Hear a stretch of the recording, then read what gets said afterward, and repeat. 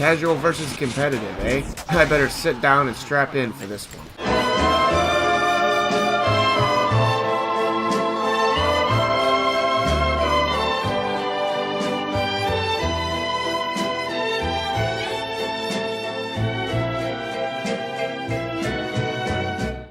Ever since the Meet Your Match update ruined TF2, ever since the Meet Your Match update released on July 7th, 2016, and really ever since the Arena game mode debuted, there's been this debate raging within the TF2 community. Is TF2 a casual or competitive game?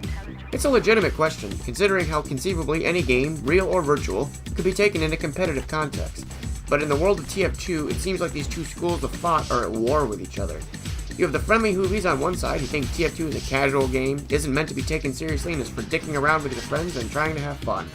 And on the other, you have the sweaty, Red Bull chugging, lime team captain wearing soldier mains who take the game more seriously than their mother being diagnosed with HIV every time they boot it up. And honestly, I can't seem to find much of a middle ground here. Where do I stand? Well, my opinion is probably some of the only middle ground you'll find. Although I generally identify within the casual camp, I'm in no way opposed to competitive TF2. Hell, I've actually played a season of UGC Highlander myself, and found it to be a fun and engaging experience. But just because I play on a Highlander team doesn't mean I don't enjoy casual TF2. I will return your random crouch across the map. If you're having a conga line, I'll hop right in that shit. But unlike most people, I think that both the casual and competitive worlds of TF2 can coexist peacefully. The reason they aren't coexisting peacefully is more Valve's fault than the community's, and the reason for that is, well... yeah, this probably isn't a big surprise to anyone here. You had to know the shit talking about the matchmaking system was coming. And even though it's a dead horse at this point, it's still worth going over because it's arguably the primary cause of the tension between the casual and competitive communities. The tryhards can't go play competitive mode because it's riddled with hackers and queue times are slower than a snail on heroin. I can't blame anyone for not wanting to participate in that experience. Furthermore, this is compounded by the fact the game is 6v6 with no class limits or weapon restrictions. For those of you who don't know this, which don't worry, I was unaware myself until about a year ago, the standard 6v6 meta is 2 scouts, 2 soldiers, a demo man, and a medic. The other 5 classes are situational, useful for either last defenses or breaking stalemates. There was a drop-down menu during the TF2 competitive beta that had an option for 9 vs 9, which suggested that Highlander was going to be an option for competitive matchmaking.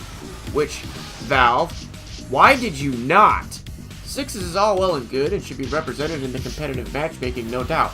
But in a game with 9 playable characters, you would think Valve, the game's developer, would want to showcase all 9 of them in their own competitive matchmaking. I feel like if Valve offered 9 vs 9 matchmaking in their competitive mode, a lot more people would play it. Hell, I would. I'd probably play it more than casual. While 6s from a logistics and gameplay standpoint is a great competitive game type and should absolutely be represented by the competitive matchmaker, it should exist alongside Highlander as one of the options. The game has 9 characters, and the game's official competitive matchmaker should at least offer an option that represents that. That way, Banny and the tryhards can go play 6s, and people like me and Moogly who want a little more structure than a casual game but not getting super sweaty can go on the Highlander mode, and we can all congregate in casual mode to fuck around and have fun. Alright, now that competitive is out of the way, let's talk about casual mode, because that's where the vast majority of all TF2 games are played. It deserves significant attention. The current casual matchmaking system isn't too bad. There are still a few games that happen where one team is just way better than the other one, but I've noticed it happening less frequently since the Blue Moon update. I mean, roles are a part of life in TF2. They always have been and always will be. But the number of outright dry dockings I've seen has declined since Blue Moon, so that's a step in the right direction. Also, thank God auto balance was brought back. I mean, yeah, being auto balance sucks, especially when you get switched from the pitching team to the catching team, but it's a necessary evil for the overall playability of the game. The only real suggestions I can make for improving casual as a system would be to reintroduce vote scrambles, give you a random item drop every time you level up your casual badge, and base the matchmaking off the amount of time someone has logged in TF2, not their ELO skill rating. And match them with players who have a relatively similar amount of overall experience with the game, structuring it in a way that newer players are matched with experienced players in a ratio that allows the new players to learn from the experienced players, while the experienced players retain some noobs to shit on in their pub. But someone with 1 hour in the game isn't going to be matched with someone who has nearly 3,000. I could and probably should make an entire video dedicated to how I would restructure the casual matchmaking system. Yeah, I better get on that. But this video isn't necessarily about the casual matchmaking system. I had to go off on a tangent about the competitive one because it's the real problem with that mode. This video is about the casual mindset. You know, the why are you trying so hard? Friendlies are life, no capping on high tower kind of mindset. There's nothing wrong with this mindset, just as there's nothing wrong with the mindset of I'm going to try my hardest to win this game. The mindset that's problematic is fuck you, you pub shitters, get good and actually push the fucking objective, you cucks. No, fuck you, you goddamn tryhard. Quit shooting Red Bull into your veins before you play TF2 and trail the fuck out. It's casual mode. This dialogue isn't productive and just makes us all look like ignorant children. So what's the solution? I honestly believe that if we, as casual and competitive TF2 players, stop directing our energy into hating each other and put it where it belongs, we can hammer out some compromises that make both communities happy. So, to recap my points, 1. Make Highlander, 9 vs 9, an option in the competitive matchmaker, and structure the 6's option in a way that is more suited to the game type. I don't know how you'd structure the 6's option, I've never played 6's and probably won't, but that's my choice. There are definitely people who are better versed and better informed on the 6's subject than I will ever be, who can figure it out. 2. Let casual be played casually and competitive competitively.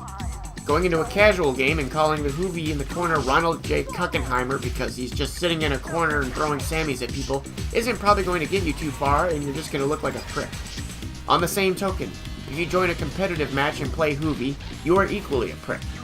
So, if we are able to get each matchmaking system to where they can be used effectively, i.e. competitive actually finds games for people wanting to play competitive, and people playing in casual can be left to play the game however they want, I feel like we'll enter a golden age of TF2 where everyone is having fun doing whatever they perceive as fun within TF2, and we can all coexist with peace and harmony. It's not going to be easy, it's going to take us communicating with each other and the TF2 dev team, seen here bathing in our money.